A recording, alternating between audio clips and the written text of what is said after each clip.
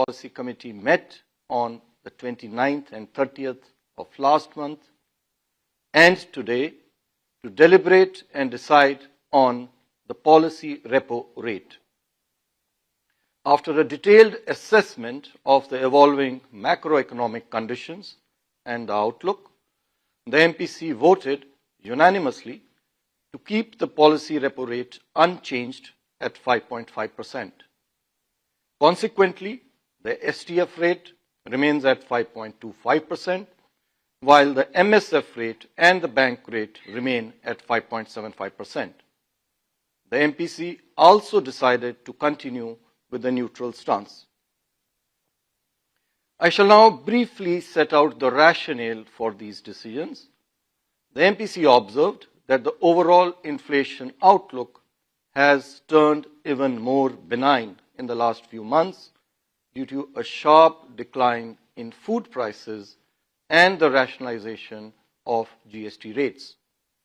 The average headline inflation for this year has been consequently revised lower from 3.7%, which was projected in June, 3.1% in August, to now 2.6%. Headline inflation for Q4 this year and Q1 next year too have been revised downwards and are broadly aligned with the target despite unfavorable base effects. Core inflation for the year and Q1 next year is also expected to remain contained. The MPC also noted that growth outlook remains resilient, supported by domestic drivers, despite weak demand. It is likely to get further support from a favorable monsoon, lower inflation, monetary easing. مرکزی حکومت نے تمام غیر سرکاری تنظیموں یعنی NGOs کو سخت ہدایت دیتے ہوئے کہا کہ FCRA یعنی فارن کنٹریبیوشن ریگولیشن ایکٹ کے رجسٹریشن کی تجدید کے لیے مقررہ میعاد ختم ہونے کی تاریخ سے کم از کم 4 ماہ قبل درخواستیں جمع کرائیں۔ وزارت کا موقف ہے کہ درخواستوں کی بروقت کارروائی کو یقینی بنانے اور تنظیموں کی سرگرمیوں میں کسی قسم کی رکاوٹ سے بچنے کے لیے یہ قدم اٹھایا گیا ہے۔ وزارت داخلہ نے دعویٰ کیا ہے کہ کئی تنظیمیں اپنے سرٹیفکیٹ کی میعاد ختم ہونے سے 90 دن سے بھی کم عرصہ قبل تجدید کی درخواستیں جمع کراتی ہیں، جس کی وجہ سے درخواستوں کی جانچ اور سیکورٹی ایجنسیوں سے ضروری معلومات حاصل کرنے کے لیے کافی وقت نہیں مل پاتا۔ نتیجے کے طور پر سرٹیفکیٹ کی میعاد ختم ہونے پر یہ از خود ختم مانا جاتا ہے اور تجدید کی درخواست زیر التوا رہنے پر تنظیمیں غیر ملکی فنڈنگ حاصل یا استعمال نہیں کر پاتیں۔ کانپور کے سیسامو سے سماجوادی پارٹی کے سابق رکن اسمبلی عرفان سولنکی 33 ماہ بعد منگل کو شام 6 بجے جیل سے ضمانت پر باہر آ گئے۔ جیل کے باہر موجود حامیوں نے ان کا پرزور استقبال کیا۔ جیل سے باہر آنے کے بعد صحافیوں سے بات کرتے ہوئے عرفان سولنکی نے اپنا پہلا رد عمل دیتے ہوئے کہا، یہ انصاف کی جیت ہے۔ واضح ہو کہ گینگسٹر ایکٹ کے تحت درج معاملے میں انہیں مہاراج گنج جیل سے ضمانت پر رہائی ملی ہے۔ عرفان سولنکی کو تمام معاملوں میں پہلے ہی ضمانت مل چکی تھی، لیکن گینگسٹر ایکٹ کے تحت درج مقدمے میں ان کی رہائی کا معاملہ پھنسا ہوا تھا۔ عرفان سولنکی کو گزشتہ دنوں ضمانت پر رہائی کی خوشخبری مل گئی تھی، لیکن کچھ کاغذی کارروائیوں کے بعد گزشتہ شام انہیں جیل کی سلاخوں کے باہر نکالا گیا۔ جیل سے باہر آنے کے بعد عرفان سولنکی سب سے پہلے اپنے خاندان کے لوگوں سے ملے اور انہیں گلے لگایا۔ عرفان سولنکی مہاراج گنج جیل سے رہا ہونے کے بعد کانپور میں اپنی رہائش گاہ کی طرف قافلے کے ساتھ روانہ ہو گئے۔ واضح ہو کہ عرفان سولنکی سے قبل سماجوادی پارٹی کے سینئر رہنما اعظم خاں کی بھی رواں ماہ 23 ستمبر کو سیتاپور جیل سے 23 ماہ بعد رہائی ہوئی تھی۔ انڈین نیشنل کانگریس کے صدر ملکاجن کھرگے کی آج صبح اچانک طبیعت بگڑ گئی۔ انہیں اسپتال میں داخل کرایا گیا ہے، جہاں ڈاکٹر ان کی حالت پر گہری نظر رکھے ہوئے ہیں۔ PTI کی ایک رپورٹ کے مطابق 88 سالہ کھرگے بنگلورو کے AMC رمایا اسپتال میں زیر علاج ہیں۔ خبروں کے مطابق کانگریس صدر ملکاجن کھرگے کل رات سے بخار میں مبتلا ہیں۔ انہیں اسپتال لے جایا گیا تھا، جہاں مکمل چیک اپ کے لیے بھرتی کرنی پڑی۔ وہ فی الحال ایک ڈاکٹر کی نگرانی میں ہیں اور جلد ہی صحت سے متعلق رپورٹ جاری کی جا سکتی ہے۔ دسہرہ اور دیپاولی جیسے تہواروں کے موسم میں عام لوگوں کو اس وقت جھٹکا لگا جب آج 1 اکتوبر سے LPG مہنگی ہو گئی۔ پیٹرولیم کمپنیوں نے 19 کلو والے کمرشل سلنڈر کی قیمت میں 15 روپے کا اضافہ کیا ہے، جبکہ گھریلو 14 کلو گرام والے سلنڈر کی قیمت میں کسی بھی قسم کی تبدیلی نہیں کی گئی ہے۔ عدد و شمار کے مطابق دہلی میں اب 19 کلو گرام کا کمرشل سلنڈر 1600 روپے کا ہو گیا ہے۔ اس طرح 4 بڑے شہروں میں اوسطاً 15 سے 16 روپے کا اضافہ ہوا ہے۔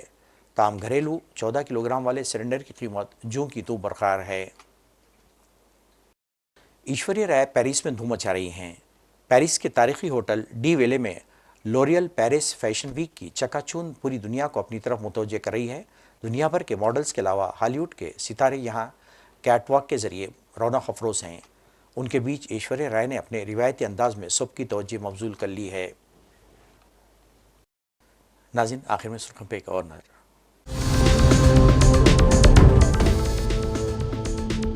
مودی نے RSS کی 7 سالہ تقاریب کے موقع پر ڈاک ٹکٹ اور سکہ جاری کیا۔ دراندازی اور آبادیاتی تبدیلی سے کیا خبردار۔ RSS نے انگریزوں کی مخبری کے علاوہ گزشتہ 100 سال میں ایسا کچھ نہیں کیا جس سے ملک کو فائدہ پہنچا ہو۔ کانگریس کا رد عمل۔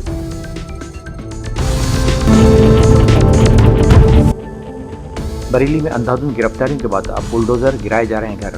اقلیتوں میں انتہائی خوف کا ماحول۔ بریلی میں دہشت اور خوف کا ماحول ناقابل برداشت، مختلف خانقاہوں کا رد عمل۔ پولیس اور انتظامیہ پر آئین کی دھجیاں اڑانے کا لگایا الزام، یوگی کو کیا خبردار۔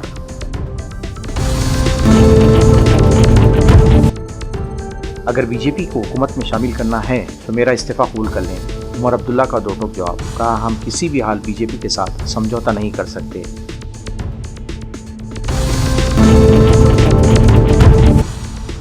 کانگریس صدر ملکاجن کھرگے اسپتال میں داخل، اچانک بگڑ گئی طبیعت۔